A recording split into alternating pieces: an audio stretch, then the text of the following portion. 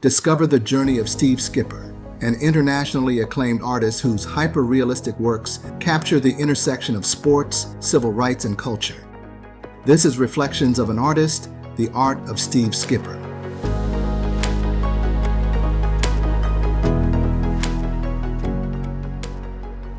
For a long time, and kind of ashamed to admit it, but growing up, in Homewood where I grew up, there were a lot of aspects about the civil rights movement that you're told, but there's a whole bunch of stuff that's not told or taught.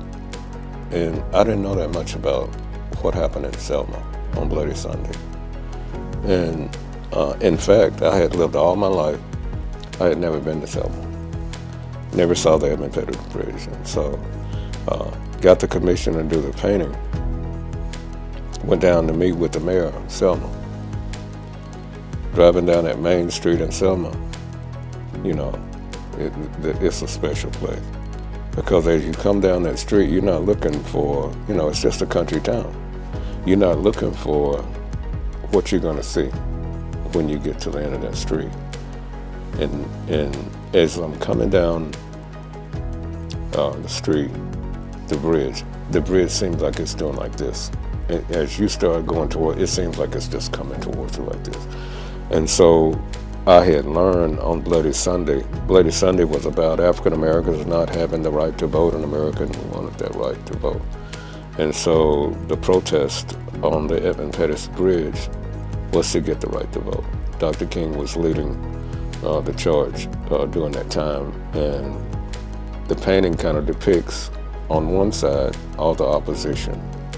You had the sheriffs that were sent by Governor Wallace to stop the protesters. Then you had all these different entertainers and people who were behind the movement. And not just entertainers, but different people who were involved in the movement.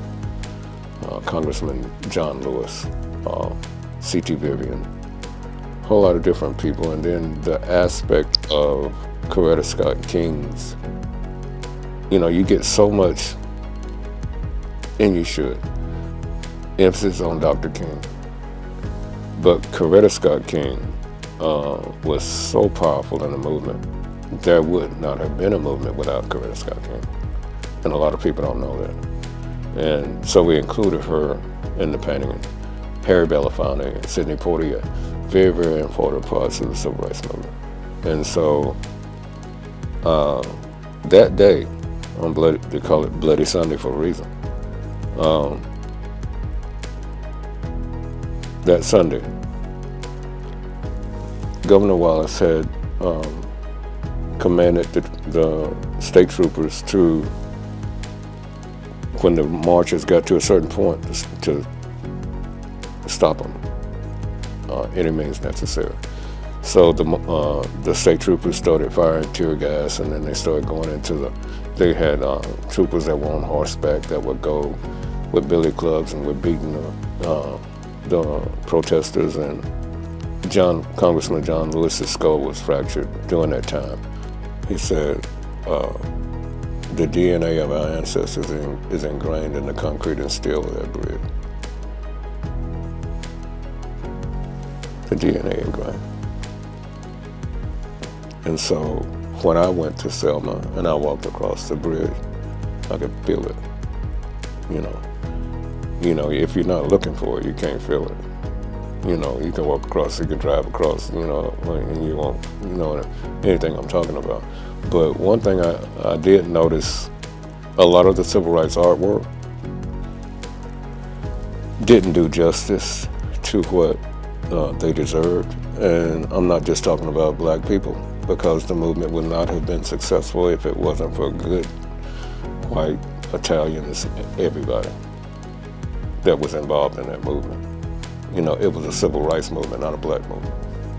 And so I felt like the effort that I had given in sports art, they deserved a whole lot more than, because a lot of the players that played at certain universities, such as Alabama, wouldn't have been there without this movement.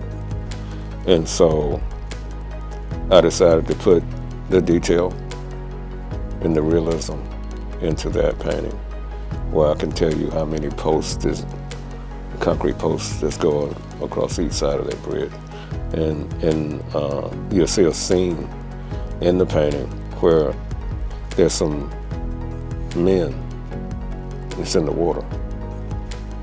And these men were different presidents of the SCLC. And the last one is, I'm looking at his photograph right there, Reverend Steele. And Reverend Steele comes from Tuscaloosa, and he's the president of SCLC now. And he looked at the painting. He said, "What is that? What is that in the water right there?" He said, "I see my picture with her." And I said, "These are the SCLC presidents who were baptized in the movement. You know, because you'll never get out of it. You never get out of it, and it'll never get out of you." And he started singing this hymn, "Take me to the water." and he just lost it. And so it's a special painting. Ambassador Andrew Young says it's his favorite. And it's a special painting that Dick Gregory, before he passed away, he saw it, and it really, moved him to tears. And so President Johnson was president who signed the Voting Rights Act. His daughter saw the painting. We had it on display in SCLC event in New Orleans. Ava DuVernay, the picture of her right there, director of the movie Selma, she was there. She unveiled the painting with me, and she went crazy over it. And then, but President Johnson's daughter saw the painting, and she asked if the first limited edition print could go into her father's presidential library. And she asked that. I lost it at that time. But when we got the prints done, C.T. Vivian, Congressman John Lewis, Joseph Lowry, and Ambassador Andrew Young, they all signed those proofs. And that's one of the most powerful things I've got. And so we went to the presidential library in Dallas, President Johnson, and it was overwhelming. Thanks for watching. Visit the College Football Hall of Fame in Atlanta, Georgia, where sports, culture, and history collide for an unforgettable experience.